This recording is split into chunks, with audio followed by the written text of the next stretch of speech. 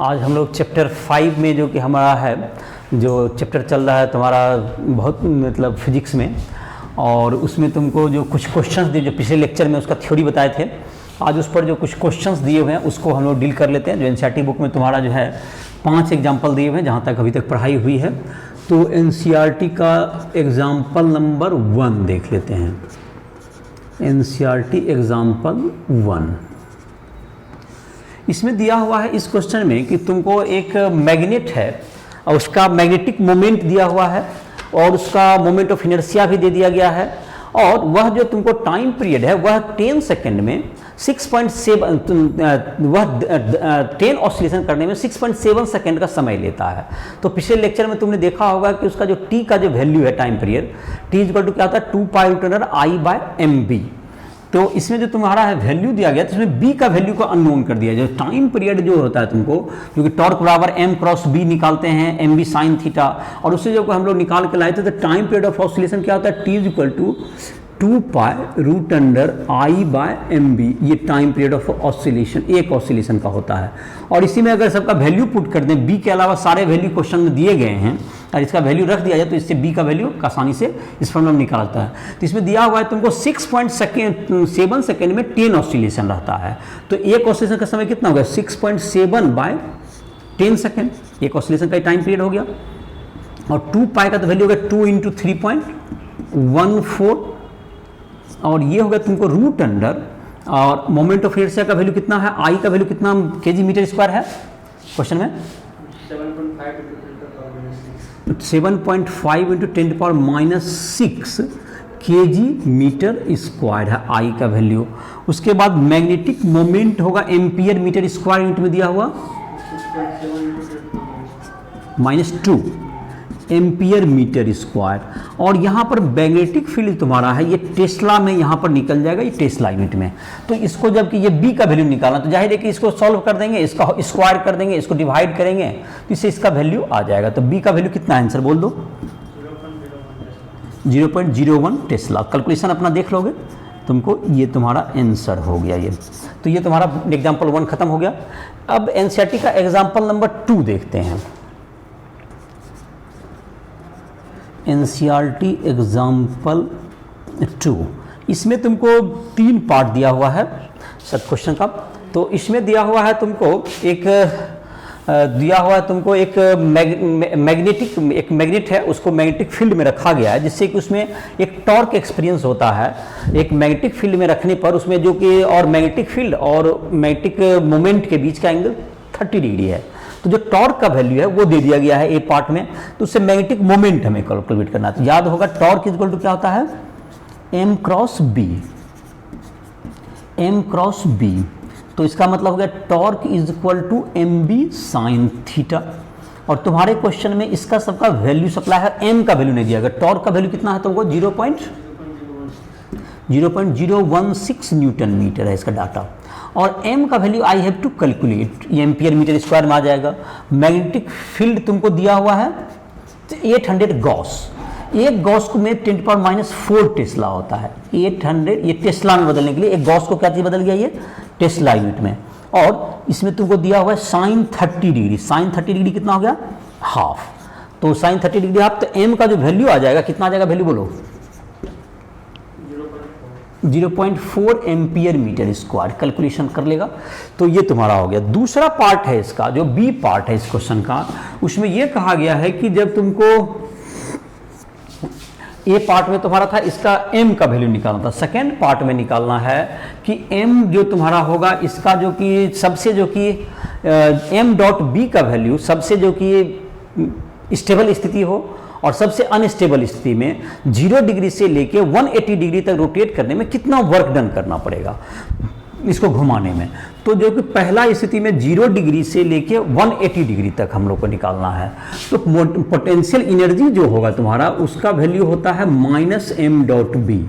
तो जो पहला जो कि तुम्हारा इनिशियल पोटेंशियल एनर्जी निकाल लेते हैं, initial potential you I that will क्या हो गया -mb गुना cos 0 डिग्री हो गया। That's equals to minus mb कह सकते हैं। फाइनल जब 180 डिग्री हो जाएगा तो cos 180 कितना हो जाता है, तो minus mb cos 180 degree that is -1 होता है, cos 180 डिग्री -1, तो -1 तो ये हो गया mb। तो वर्क डन बराबर क्या होगा तुमको, change in potential energy uf minus ui, final potential energy minus initial potential energy, तो mb minus mb that's equals to 2mb। तो मैग्नेटिक फील्ड तुमको मैग्नेटिक मोमेंट का वैल्यू 0.4 आया था ना, 0.101 से कितना आया एम का वैल्यू पहला पार्ट में,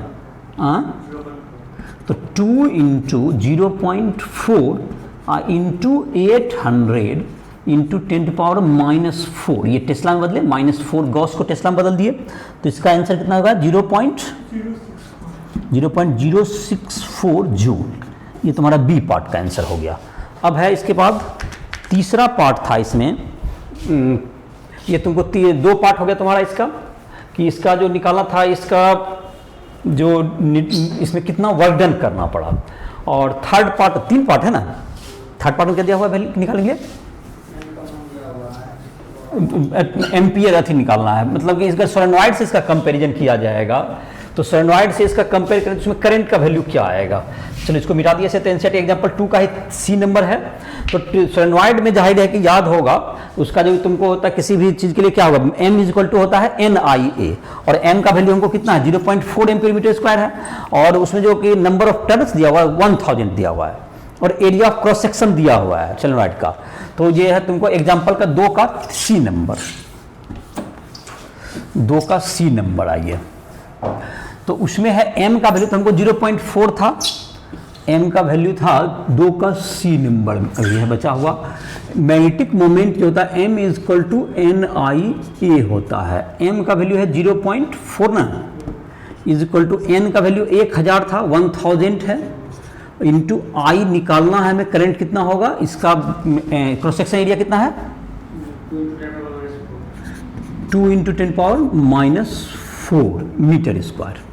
तो ये तुम्हारा I का जो वैल्यू आएगा कट के कितना जाएगा 2 ampere, I is equal to 2 ampere आ गया। तो ये दूसरा नंबर क्वेश्चन तुम्हारा क्या हो गया, खत्म हो गया। और पार्ट है दूसरा। तीसरा नंबर जो एग्जांपल है उसमें तुमको दिया हुआ है कुछ थियोरेटिकल क्वेश्चंस है ना। तीसरा में जैसे कि पहला है तुमको क्वेश्चन की, जबकि तुमको थर्ड नंबर में तुमको दिया हुआ है किसी को रख दिया गया कौन सी में, क्या है क्वेश्चन, हाँ दो उसको जो काट 2 पार्ट में है ना, एक मैग्नेट को 2 पार्ट में काट दिया गया, तो पता मतलब उसमें क्या होगा, यही शायद सवाल है। थर्ड का पहला यही ना है, थर्ड का पहला ABCD लिखा है 1 2, तो थर्ड का ABCD में है, थर्ड का A मतलब कहता है कि जब एक मैग्नेट को अगर हम काट दें, एक बार किसी भी ढंग से काटिएगा, मैग्नेट को आप अगर इस ढंग से भी काट दें या मैग्नेट को इस ढंग से भी काटें, एक लेंथ के पर्पेंडिकुलर लेंथ के अलोंग, तो दोनों ही स्थिति में आपको 2 मैग्नेट प्राप्त होंगे, जिसमें प्रत्येक में क्या होगा, नॉर्थ पोल और साउथ पोल होगा। इन एनी केस क्या मिलने वाला है तुमको, 2 मैग्नेट प्राप्त होंगे जिसमें नॉर्थ पोल और साउथ पोल होंगे, अर्थात दोनों ही स्थिति में 2 मैग्नेट प्राप्त होंगे। ये तुमको इसलिए मैग्नेट के काटने से क्या होगा, इसमें जाहिर है कि तुमको दोनों तरफ क्या होगा, 2 मैग्नेट प्राप्त होंगे। ये 2 पहला नंबर हो गया तुम्हारा, तो इसका 2 magnet 2 magnets will be found, 2 magnet 2 magnet क्या होगा, प्राप्त होगा, 2 मैग्नेट प्राप्त हो जाएगा। दूसरा नंबर क्वेश्चन में क्या करना था, दूसरा नंबर क्वेश्चन में क्या था,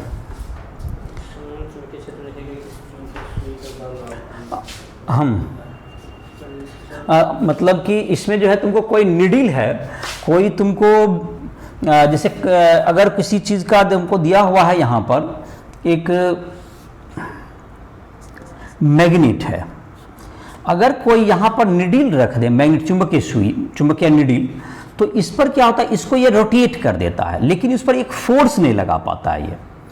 लेकिन अगर यही चीज़ अगर कोई कांटी रख दे, कोई नेल रख दे, कांटी रखेंगे, तो उसमें क्या होगा, कांटी को ये जो क्या है, नेल को जो लोहा का जो कांटी रहेगा या लोहा का आयरन नेल रहेगा, उसको ये अट्रैक्ट कर लेता है। इसको ऐसा क्यों, जो कि मैग्नेटिक नीडल में तुमको, तो इसमें इसका कारण है क्या चीज़ कि ये जो मैग्नेट, इसके कारण मैग्नेटिक फील्ड जो हर पॉइंट पर, जो एक मैग्नेट जो मैग्नेटिक फील्ड प्रोड्यूस करता है हर पॉइंट पर, जैसे कांटी नेल को आप ऐसे रखिए, ये नेल है आपका, ये नेल है, तो हर जगह जो मैग्नेटिक फील्ड होता है वो अलग अलग होता है, तो इस पर जो इफेक्टिव जो तुम्हारा मैग्नेटिक फोर्स है वो इसमें इफेक्टिव हो जाएगा, क्योंकि हर जगह, जैसे कि यहाँ पर मैग्नेटिक फील्ड का वैल्यू अलग होगा, यहाँ अलग होगा, यहाँ अलग होगा, तो इसके कारण से क्या होता है, मैग्नेटिक फील्ड का वैल्यू अलग होने के कारण ये इसमें अट्रैक्ट भी कर लेगा, एक मैग्नेटिक फोर्स डेवलप होगा। और सिर्फ जैसे कि मैग्नेटिक, जैसे मैग्नेटिक नीडल है इसी पॉइंट पर है, तो इसमें तुमको क्या होगा कि इसमें क्या हो रहा है, जितना इस छोटे से जगह पर है, तो जितना मैग्नेटिक फील्ड इधर लगेगा उतना मैग्नेटिक फील्ड इधर लगेगा, तो एम बी का इधर टॉर्क लग जाएगा, इधर लग जाएगा, तो ये तुमको टॉर्क, सिर्फ टॉर्क ही लगेगा, फोर्स क्या हो जाएगा, इसका जीरो हो जाता है नेट फोर्स। जैसा कि क्वाइल जबकि हम लोग निकाले थे एक्सटर्नल मैग्नेटिक फील्ड में, एक क्वाइल रोटेट करते थे, अगर यूनिफॉर्म मैग्नेटिक फील्ड है हर जगह तो सिर्फ ये रोटेट करता था, जो पिछले चैप्टर में बता रहे थे, और देखो जो फोर्स का जो वैल्यू था तुमको नेट फोर्स जीरो हो जाता है। और लेकिन अगर मैग्नेटिक फील्ड हर जगह वैरी कर रहा है, जैसे कि जो कि इस केस में, तो वह अट्रैक्ट भी करेगा। तो ये दूसरा था, तुमको नेल वगैरह को ये क्या कर लेगा, अट्रैक्ट कर लेगा। और तीसरा तुम्हारा, तो एक तुम्हारा पहला क्वेश्चन का आंसर क्या होगा कि दो काटने पर क्या होगा, किसी भी ढंग से आप काटेंगे दो मैग्नेट प्राप्त होगा। दूसरा था कि ये तुमको जो है, जो कि मैग्नेटिक नीडल है उसमें सिर्फ टॉर्क लेगा, लेकिन नेल में क्या लेगा, मैं टॉर्क के साथ साथ उसको वह अपनी ओर अट्रैक्ट भी कर लेता है। तो थर्ड में क्या है, सी नंबर में, हाँ, मतलब किसी भी का तुमको जो है नॉर्थ पोल और साउथ पोल क्या हमेशा होगा, हर जो कि तुमको मैग्नेट का है, क्या नॉर्थ पोल और साउथ पोल होना आवश्यक है, इसका आंसर है नॉट नेसेसरी। मतलब कि हर हमेशा यह आवश्यक नहीं है कि उसका नॉर्थ पोल और साउथ पोल है, यह आवश्यक नहीं है। जैसे कि तुमको टोरॉइड है जिसका कि अपना कोई मैग्नेटिक मोमेंट नहीं होता, टोरॉइड हो या लॉन्ग सोलेनॉइड, टोरॉइड और लॉन्ग सोलेनॉइड जिसका कि magnetic moment has no magnetic moment, no magnetic moment, इसका मैग्नेटिक मोमेंट नहीं होता, so it has no pole, it has no pole. मतलब इसमें नॉर्थ पोल और साउथ पोल होगा ऐसा जरूरी नहीं, हर मतलब जो कन्फिगरेशन है उसमें ये जरूरी नहीं कि उत्तरी ध्रुव और दक्षिण ध्रुव हो ही, मतलब कि नॉर्थ पोल और साउथ पोल हो ऐसा नेसेसरी नहीं है। वो कब नहीं हो, जिसमें मैग्नेटिक मोमेंट अगर होता है जिस कन्फिगरेशन का, m = NIA, जिसमें इसका ये जीरो हो जाएगा, m का वैल्यू, अगर ये इसका वैल्यू जीरो हो गया तो इसमें पोल होना not necessary, pole not necessary, इसमें pole north pole south pole define नहीं होगा। तो ये हो गया तुमको तीसरा नंबर। चौथा नंबर क्या है इसका,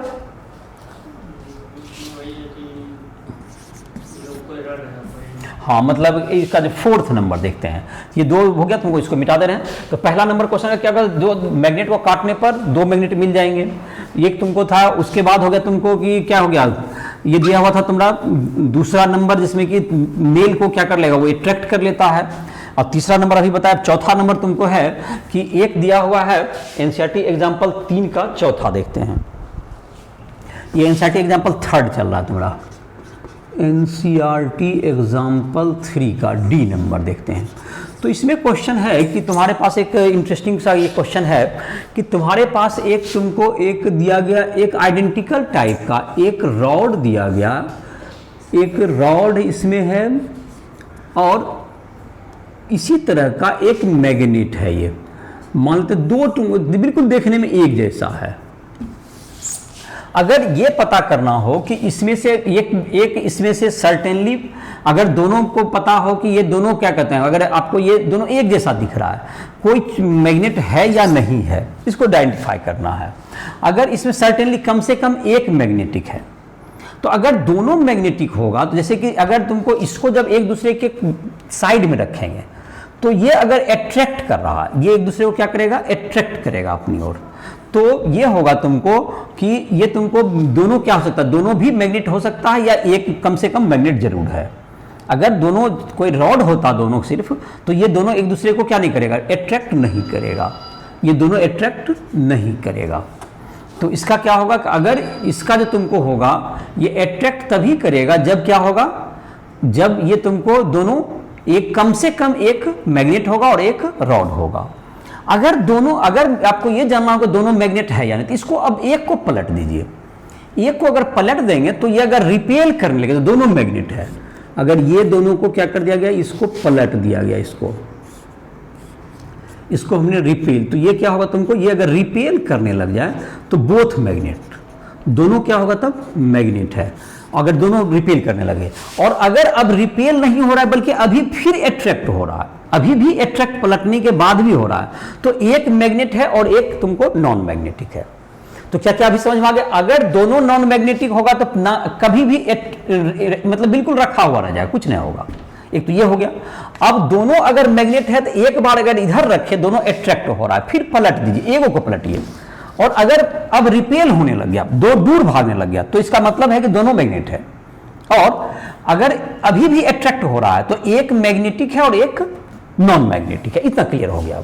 अब दूसरा इसको पता करना है कौन मैग्नेटिक है और कौन नॉन मैग्नेटिक है।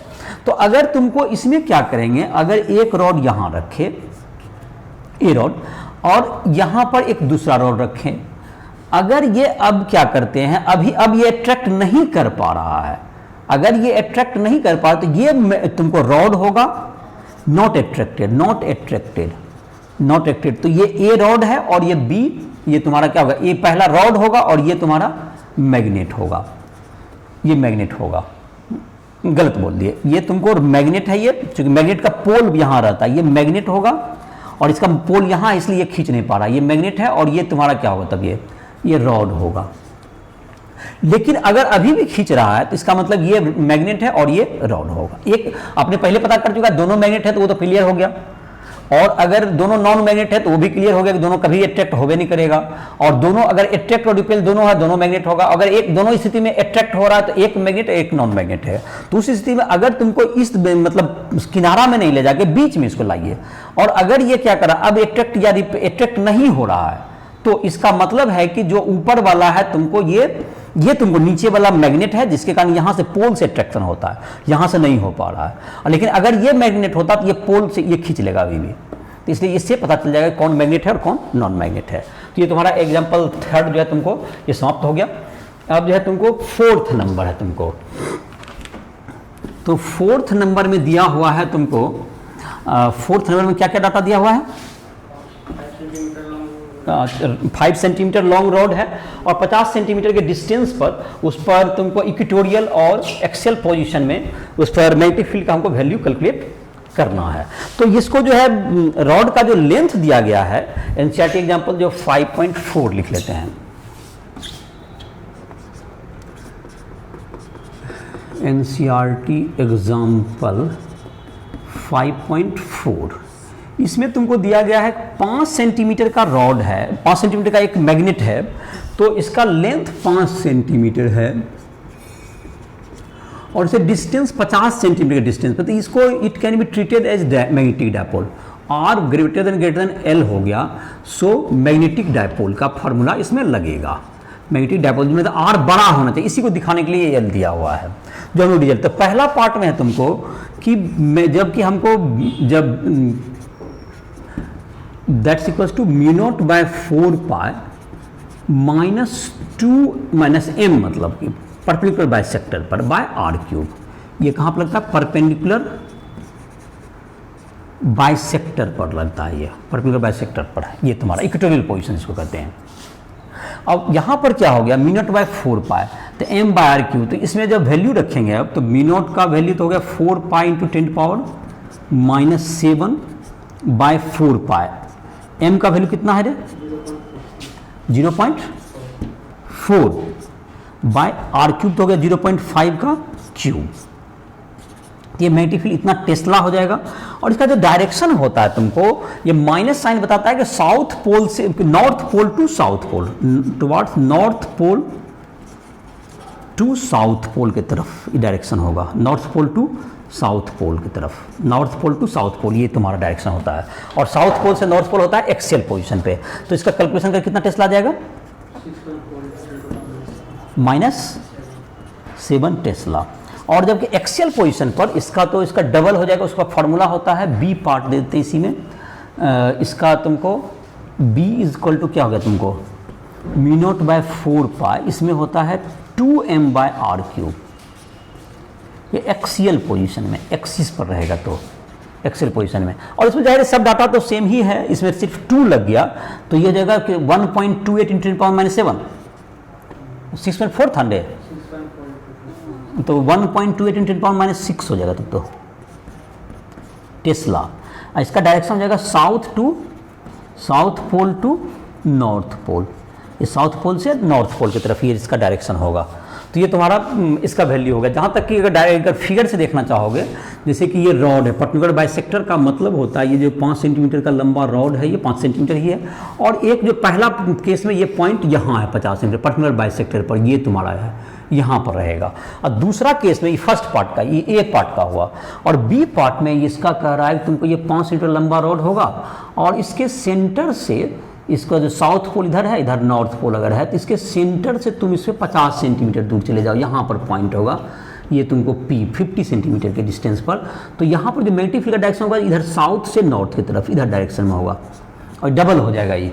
और इसमें जो डायरेक्शन होता है ये तुमको नॉर्थ पोल से, इधर नॉर्थ पोल है, इधर नॉर्थ पोल है, इधर साउथ पोल है, तो ये तुमको नॉर्थ पोल साउथ इधर की तरफ डायरेक्शन होगा। ये डायरेक्शन इधर अभी भी इधर ही होता है, ध्यान रहे। मतलब दोनों में क्या होता है, दोनों डायरेक्शन उल्टा होता है। जैसे इधर तुमको साउथ है, इधर नॉर्थ है, तो इसमें नॉर्थ से साउथ होगा, इसमें साउथ से नॉर्थ होगा। एक्सियल में डायरेक्शन इधर ही जा रहा है, लेकिन अपोजिट माइनस साइन का मतलब जो मैग्नेटिक मोमेंट का direction south pole to north pole जाता है, ये मैग्नेटिक एक्सिस कहलाता है, इसलिए ये एक्सियल पोजीशन और ये इक्वेटोरियल पोजीशन कहलाता है। ये तुम्हारा इसका फार्मूला हो गया। तो ये 4th नंबर तो समाप्त हो गया। और पार्ट इसमें 2 ये पार्ट। अब 5वां में तुमको था दिया हुआ कुछ डायग्राम दिया हुआ है, उसमें निकालना है कौन स्टेबल स्थिति में है, कहाँ पर और किसमें इक्विलिब्रियम रहेगा, किसमें स्टेबल इक्विलिब्रियम रहेगा, किसमें अनस्टेबल इक्विलिब्रियम रहेगा और किसमें तुमको पोटेंशियल एनर्जी लोएस्ट रहेगा। यही सब कन्फिगरेशन दिया हुआ है जिसका मैं फिगर बना दे रहा हूँ, समझ में आ जाएगा। एनसीईआरटी एग्जाम्पल तुमको 5.5 एनसीईआरटी एग्जाम्पल 5.5। चलो, इसमें है दिया हुआ एक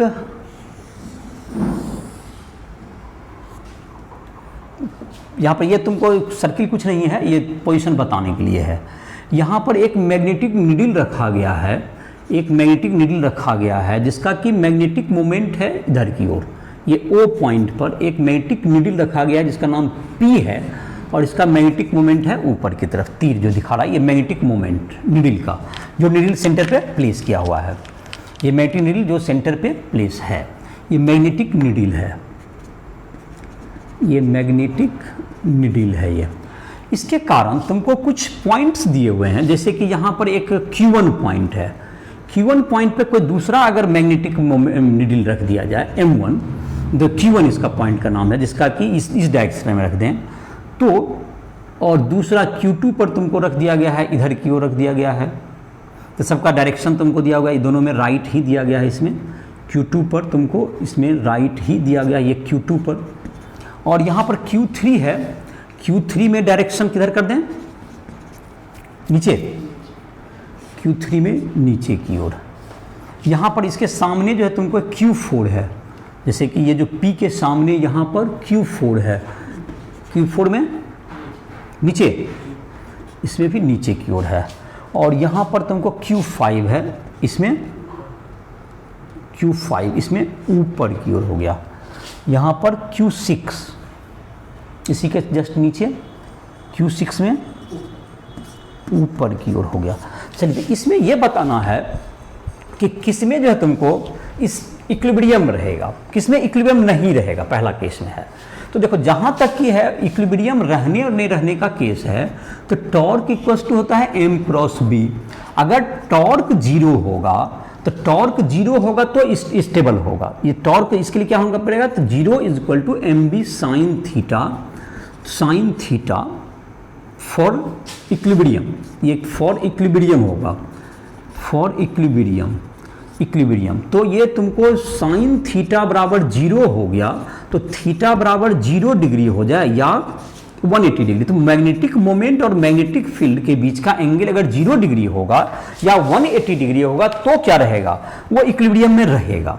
और अगर 0 डिग्री होता है तो वह स्टेबल इक्विलिब्रियम होता है, लोएस्ट एनर्जी होता है, ये स्टेबल इक्विलिब्रियम का केस होता है। पहले ये थ्योरी समझ लीजिए, स्टेबल इक्विलिब्रियम, और इसमें जो है 180 डिग्री में अनस्टेबल इक्विलिब्रियम, ये अनस्टेबल इक्विलिब्रियम होगा। और highest potential energy, highest potential energy, highest potential, और ये लोएस्ट पोटेंशियल एनर्जी होगा, लोएस्ट पोटेंशियल एनर्जी।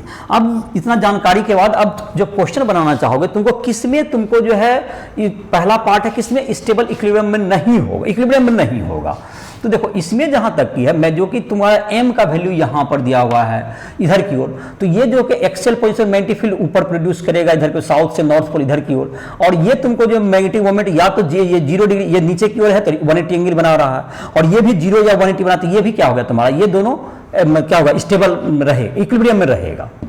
और इसमें देख लेते हैं, इसमें तुमको जो ये परपेंडिकुलर बाइसेक्टर में है तो इस पर मैग्नेटिक मोमेंट का डायरेक्शन इधर की ओर होगा, और मैग्नेटिक इसका मैग्नेटिक फील्ड का डायरेक्शन इसके कारण क्या आएगा, इधर आएगा, और ये तुमको ऊपर है तो इसमें भी 0 या 180 दोनों में है, तो ये चारों जो तुम्हारा होगा ये इक्विलिब्रियम में होगा। लेकिन ये दोनों जो तुम्हारा रहेगा ना, ये इक्विलिब्रियम में नहीं रहेगा, क्योंकि इसमें देखो ये मैग्नेटिक मोमेंट इधर है और मैग्नेटिक फील्ड इसमें डेवलप या तो तुमको होगा, या तो ऊपर होगा या तो नीचे होगा, जो भी स्थिति में 90 डिग्री का एंगल है। तो दो किसमें तुमको Q1 और Q2 में क्या हो रहा है, एंगल कितना है, 90 डिग्री है। ए नंबर में हो गया Q1 और Q2 में तुमको जो हो गया थीटा कितना है, 90 डिग्री है, इसलिए टॉर्क बराबर mb sin 90, इट मींस कि mb होगा, इसका मतलब not equilibrium, not in equilibrium, not in equilibrium, इसमें इक्विलिब्रियम नहीं होगा। दूसरा किसमें किसमें इक्विलिब्रियम होगा, तो वो तो चारों है तुम्हारा जो इक्विलिब्रियम होगा, Q3 Q4 Q5। अब दूसरा पार्ट में लेकिन वो पूछ रहा है किसमें स्टेबल इक्विलिब्रियम होगा, अस्थाई इक्विलिब्रियम में, स्टेबल इक्विलिब्रियम। स्टेबल इक्विलिब्रियम के एम बी में डायरेक्शन जो होना चाहिए, एम और बी का क्या होना चाहिए, सेम डायरेक्शन में हो जाएगा।